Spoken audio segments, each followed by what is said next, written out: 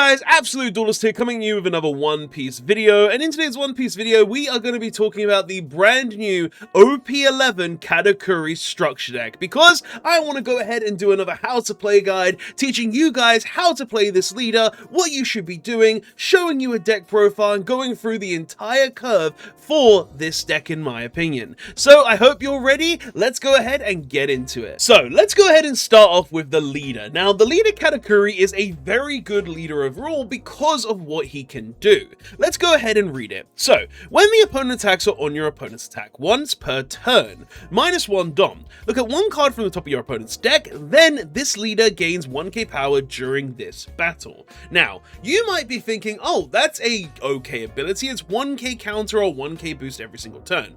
But it is that, but so much more. Like, just think about this leader ability as a whole. You are going ahead and gaining 1k power when you attack or when your opponent attacks you. This means that you're putting more pressure on the opponent the entire game because you're going to be able to swing 6 every single turn if you want to, and if they attack you, it's so much easier for you to protect yourself because you get 1k counter additional every single turn, meaning that your hand can be filled of a lot more bricks and gives you more protection throughout the game and gives you more aggression at the same time. But it's not only giving you better protection and more aggro at the same time, it's also giving you knowledge, because with this ability, every time you attack or your opponent attacks you, you minus that 1 Dom and you see what they are going to draw, meaning you have knowledge of every card that your opponent will draw from the top of their deck before obviously they attack you or when you attack them,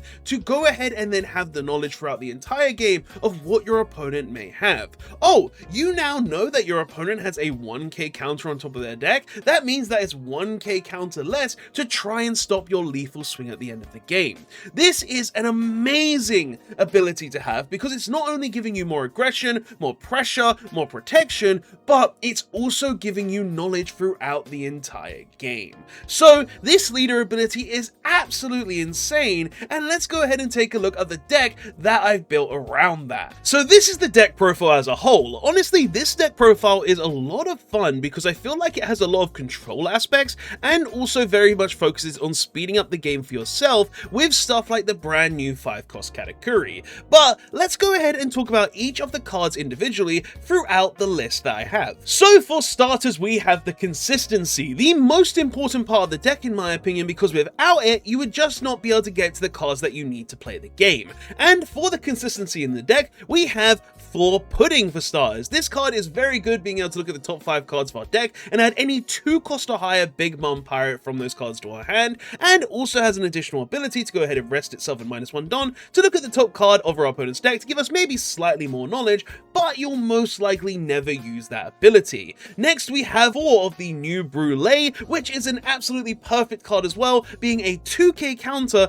that can also go ahead and look at the top 3 cards of our deck to add any of those Big Mom Pirate cards to our hand. And finally, we are playing 4 of We Are Going to Claim the One Piece, because this is just a great event that has trigger to search, and also when you play it, of course, you get to go ahead and search the top 5 cards to add any Big Mom Pirate or Animal Kingdom Pirates card to your hand. So this is all the consistency of the deck. We are playing 12 consistency cards because this deck really relies on getting to those specific things to be able to play throughout the game. Next, we have the key cards. Now, the key cards are very important overall because you need to see them at specific intervals in the game or just throughout the game in general to be able to play your strategy. So let's go ahead and talk about them. The first one is the 2-cost Katakuri. This card is incredibly important, especially if you're going second, because it will allow you to trash it to play Katakuris from your hand with an equal or lower cost than the amount of Don that your opponent has. This is great for slapping out the 8-cost blocker, for going ahead and slapping out the 5-cost character. This is incredibly important if you are going second, and I think is a vital piece even if you're going first, because it will allow you to slap down multiple Katakuris in the late game for a very cheap cost. After that, we have the brand new 5-cost Katakuri, which is incredibly important if you're going first. This card will allow you to go ahead and on your 5 Don turn instantly go up to 6 Don and swing every single turn with your leader for 6k. This is an incredibly important card to have because it will allow you to ramp every single turn, keep you at that 10 Don area, especially when you use that brand new 10 drop linlin, and will just be incredibly important in general. And hey, even if your opponent kills it, you can go ahead and slap down either another copy of it or the 8 cost Katakuri blocker. After that, we have 4 of the pudding. This pudding is incredibly important for the game as a whole because this will allow you to swarm the board in the late game to put down multiple bodies to swing at your opponent, all for 2 Don, I might add, because if your opponent has 6 Don, you go ahead and play this on your 7 Don turn, -2, draw 2 cards, and then slap down any character with 8k or 6k or between that power straight onto the board. And the card you'll most likely be playing off this is the 8 cost Katakuri blocker, the most important card in the deck, because this card says so much overall with the strategy of the deck. This card is your blocker, this card is your aggression, this card is your protection, this card gives you Don, this card restands your characters, this card does everything you could possibly want it to do, and is the card that you want to have on the board and get multiple of on the board. So being able to play this off Charlotte Pudding, being able to play this off the 2 cost Katakuri, being able to get multiple of this down onto the board is so important, and you have to play 4 of it because you need to see this card. This is the best card in the deck and is the key card of the deck in my personal opinion. But those are all of the key cards. Let's go ahead and move on to a bit of the combo / control cards now. Next we have the control cards. Now these are the cards that are going to be focusing on decreasing the opponent's power, resting them, removing them off the board, because we want to be able to go ahead and get rid of things and also deal with the opponent, right? So let's go ahead and take a look at them. The first one is the brand new 10 cost linlin. This card is incredibly good because it minuses 4 Don and trashes 1 card to go ahead and give us a life and turn any character on our opponent's board's base power to 0, which is very good overall because it will allow us to interact with it with a variety of cards, or just go ahead and swing into that character with one of our weenies, be it brulee, pudding, or anything along those lines. This is a great card to go ahead and help you control the board, and also a great card to help you survive because it gives you that life as well. Next we have Divine Departure. Divine Departure is a very good card overall, just for the fact that it can go ahead and decrease any character by 8k power. This is absolutely amazing and helps us get through blockers, helps us get through characters, and is just another way to deal with things on the board, just like Big Mom. But this is also a nice addition because it can go ahead and trash any of our non-counter characters to also help us counter for 3k power. After this we have Mama Ragan. Now everybody knows that Mama Ragan is a great staple, but we won't really be using this as a 1k counter because we'll normally be on 10 Don or more throughout the game. What we use this for is after we've gone ahead and decreased a character with our Big Mom or our Divine Departure, we go ahead and -2 Don to draw a new card and rest that character that we want to go ahead and try and remove. So Mama Ragan is a great piece to help us deal with characters on the board if they haven't rested them yet for us. And finally, we have 3 Conquerors of the Sea. This is an amazing card in this deck because 1, it can be our discard for Big Mom if we can't use it, and 2, this is a great card to be able to remove multiple bodies on the board. It's great against Mihawk, it's great against Luffy, it's great against a lot of these decks out there that play mid-range characters, so we can just go ahead and remove them off the board and not have to even think about them.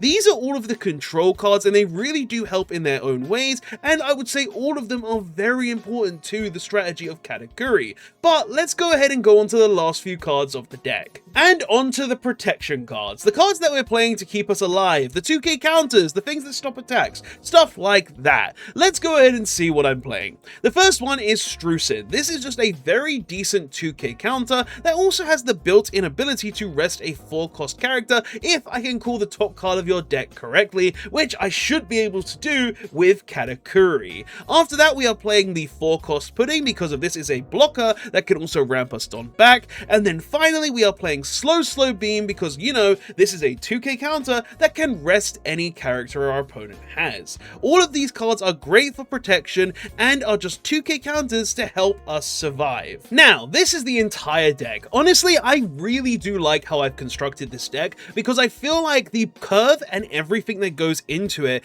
is really well done, and all the cards kind of synergize really well with each other, allowing you to play out your big bodies, allowing you to remove things off the board, and also just allowing you to survive overall. I feel like it's a very good build right now, and there are probably things that you can change to it, and I do recommend trying your own things and going from there, but let me go ahead and show you what I think the curve will look like when it comes to this deck as well. So when it comes to the curve for Katakuri, it's actually very simple. You want to go first almost every single game, so we'll go ahead and show off a going first curve. Now, when it comes to the going first curve, the type of hand that you realistically want to see is something with one of your searchers, maybe a 2-cost Katakuri, a 5-cost Katakuri, a Pudding, and an 8-cost Katakuri.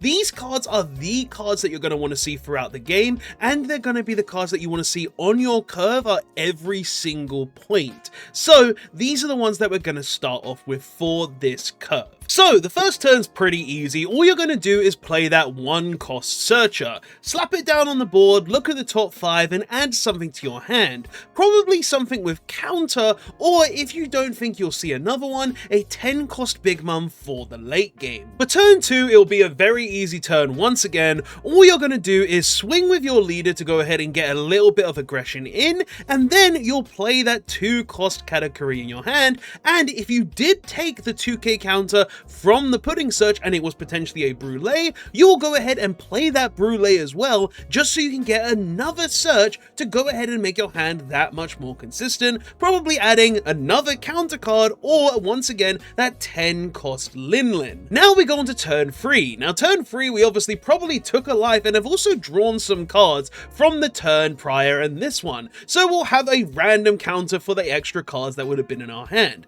But for this turn, we actually start playing the game, as I said. So we'll go ahead and drop that 5-cost Katakuri onto the board, which is going to allow us to ramp Don whenever we minus Don. After this, we swing at our opponent's lead and use our leader ability, minusing 1 Don from our board and then putting 2 more Don back thanks to the 5-cost Katakuri ability. And after that, our turn is pretty much done and we go on to the next one. So on to turn 4. Now turn 4 is going to be another very good turn for us because we're actually playing the game.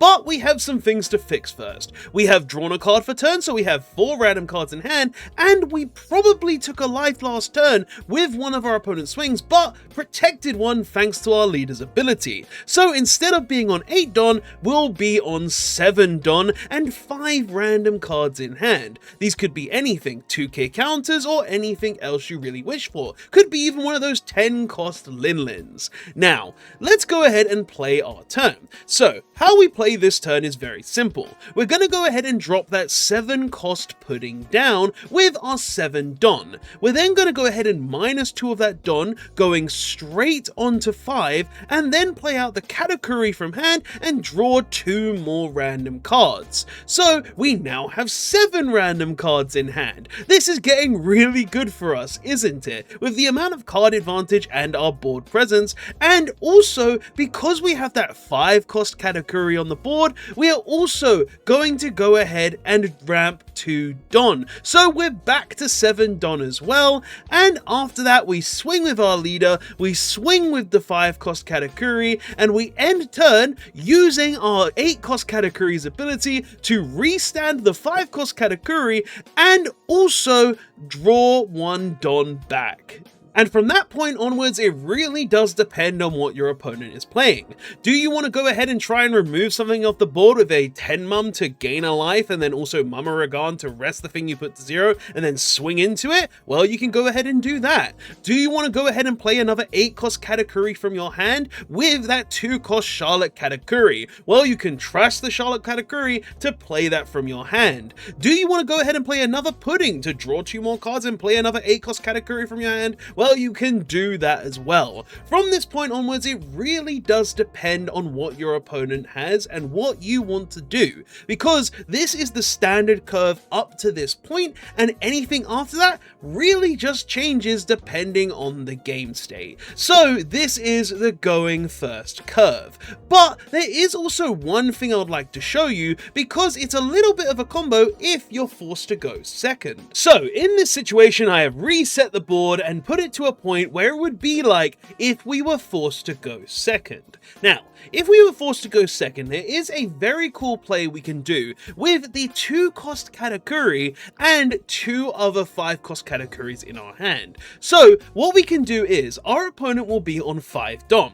We can go ahead and trash the 2-cost Katakuri to go ahead and play out that 5-cost Katakuri from our hand, then rest 5 of our 6 Don to go ahead and play out another 5-cost Katakuri. The cool thing about this is that we can go ahead and then go swing with our leader, -1 Don, and then instantly go up to 9 Don in that very same turn, meaning the turn after, even if we use our leader ability, we will be on 10 Don, which means you can go ahead and play a 10 Mum early, you could go ahead and play Katakuri straight, you could go ahead and play a pudding, and even do something else on that very next turn, which is really cool to have if you're forced to go second. But this is only a going second situation, because you can't do it if you go first, because your opponent will not have enough Don on your 5 Don turn. So that is literally everything I have to say about how to play Charlotte Katakuri. Honestly, this is a very fun deck. I really do enjoy the playstyle, I really do like how it's going, and the way the deck works is just so much fun that I really cannot complain about the deck at all. Like, having the ability to go ahead and decrease things down to basically nothing and then swing into them is a great mechanic to have for purple overall, even though it stole it from red, and even having the ability to gain life and also restand your characters like green and like yellow is just absolutely insane as well. This deck is literally turbo purple, get to big bodies, and just swarm the board, and I think a lot of people are going to enjoy that about this deck. So hopefully you guys will give this deck a try, maybe try out a few of my combos, try some things of your own, and also play the curve in a way it's most likely going to be played. So I hope you did enjoy the video, guys. Please don't forget to like, comment, and subscribe, because it shows that you want to see more of these how to play videos, and I will see you guys in the next one. Absolute Duelist signing out. Later all. So that was the how to play video, but I have to say thank you to my channel members: Sterno the Duelist, Yana Bohem 4251, and So Far Sabby. Honestly, I couldn't do it without all of you, and I do greatly appreciate it, so thank you for your support.